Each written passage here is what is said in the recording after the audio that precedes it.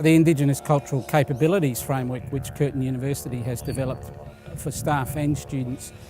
There's 3 stages. The first stage is sort of like a beginning level where the staff have the opportunity to do the long-running program operated out of CAS, the Centre for Aboriginal Studies, which is our ways of working, and they get a real good introduction around Aboriginal society and culture. And that's you can do 3 different levels of that under its new structure. Stage 2 is a more cultural development stage where there's the opportunity for staff to participate with me with on-country cultural immersion visits in and near the metropolitan area. Stage 3 takes it a step further where you can do a 3 to 4 day cultural immersion visit in places like Wiluna or now and up down in the southwest. I suppose in a university context it's for particularly academic staff.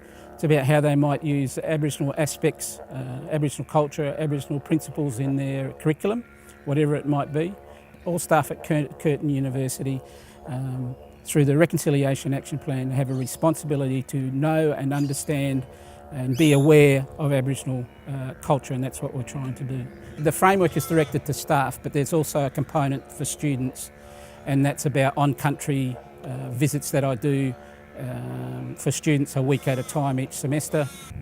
Taking people on country is getting people out of the classroom. I mean, you can teach Aboriginal studies in the classroom, but the best way to teach Aboriginal studies is to take people out on country and introduce them to the land and a concept I call Budyanne. And Budyanne is about listening to the land.